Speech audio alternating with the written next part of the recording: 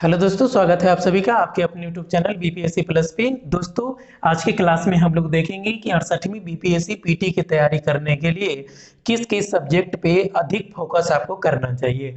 तो हिस्ट्री का एक सबसे बड़ा सब्जेक्ट है हिस्ट्री, जहां से कि आपको 30 से ज़्यादा सवाल पूछे जाते हैं। कभी कभी 35 और 38 सवाल तक भी पूछे गए हैं। हालांकि अगर हम इतिहास की बात करते हैं तो इसमें आपको प्राचीन भारत के साथ साथ प्राचीन बिहार का इतिहास भी आपको कर लेना चाहिए, और मध्यकालीन भारत का इतिहास और आधुनिक भारत के इतिहास से सवाल पूछे जाते हैं। यानी आप इतिहास को 3 सेगमेंट में बांट करके तैयारी करें तो ज्यादा बेहतर होगा। सबसे पहले अगर हम प्राचीन भारत के इतिहास की बात करें तो इसमें बिहार के इतिहास शामिल हो जाता है, क्योंकि बिहार से ही मगध का उत्कर्ष हुआ था। तो यहाँ से आपको सबसे अधिक सवाल पूछे जाते हैं। और यहाँ अगर हम देखें तो बिहार के इतिहास को इसमें अगर शामिल कर लिया जाए तो 5 से 10 प्रश्न जो है आपको यहाँ से पूछे जाते हैं। मध्यकालीन भारत से सबसे कम प्रश्न पूछे जाते हैं, लगभग 4 से 5 प्रश्न पूछे जाते हैं। सबसे अधिक जो फोकस होता है बीपीएससी के द्वारा वो होता है आपको आधुनिक भारत पे। तो आधुनिक भारत की तैयारी आप लोग अच्छे से करिए, ताकि 20 से अगर 20 प्रश्न पूछे जाते हैं तो 20 में 20 सही किया जा सके। तो 15 से तो ज्यादा ही सवाल पूछे जाते हैं, कभी 18, कभी 20 या 22 तक भी सवाल पूछे गए हैं आधुनिक भारत से। अब अगर हम बात कर लें कि 150 में देखिएगा तो 150 नंबर जो है, 150 नंबर में आपको 120 प्लस लाने के लिए निश्चित तौर पे जो हिस्ट्री के अगर आपको 35 सवाल अगर पूछा जा रहा है 68वीं में, तो 35 सवाल में कम से कम आपको 30 सवाल सही होने चाहिए। कम से कम आपको 30 प्रश्न जो है आपको सही होना चाहिए, तभी जाकर के आपका स्कोर 120 प्लस होगा या उसके आसपास होगा, ताकि आप कटअप में आ सके।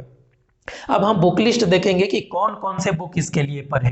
तो बुक के लिए निश्चित तौर पे आपको एनसीईआरटी पढ़ना चाहिए, पुरानी एनसीईआरटी। और रेफरेंस के तौर पे अगर आप देखेंगे तो लूसेंट सामान्य ज्ञान है, इससे हमेशा जो है प्रश्न पूछे जाते रहे हैं। तो कुछ प्रश्न तो आपको इसी से मिल जाएंगे। अब आप ओवर कॉन्फिडेंस के लिए अपने आप को बेहतर तैयारी करने के लिए निश्चित तौर पे सबसे जो पहला जरूरत है वो क्वेश्चन के ट्रेंड एनालिसिस देखिए कि जो प्रश्न पूछे जा रहे हैं किस चैप्टर के हैं, कहां से प्रश्न पूछे जा रहे हैं। तो उसके लिए घटना चक्र का जो पूर्वावलोकन आता है, जिसमें प्रीवियस ईयर के भी प्रश्न दिए गए हैं। इसमें प्रीवियस ईयर के टोटल प्रश्न दिए गए हैं, न केवल बीबीएससी के द्वारा बल्कि अन्य पीसीएस के द्वारा भी जो प्रश्न पूछे गए हैं उन सब का संग्रह इसमें किया गया है। पूर्वावलोकन में घटना चक्र का आता है, इसको खरीद लीजिएगा और इसको लगाइएगा। इसको अच्छे तरीके से एक एक क्वेश्चन को और साथ में इसका जो व्याख्या दिया हुआ है उसको आप पढ़ते हुए चलेंगे, इसको याद रखेंगे। यहाँ से डायरेक्ट सवाल पूछे जाते हैं।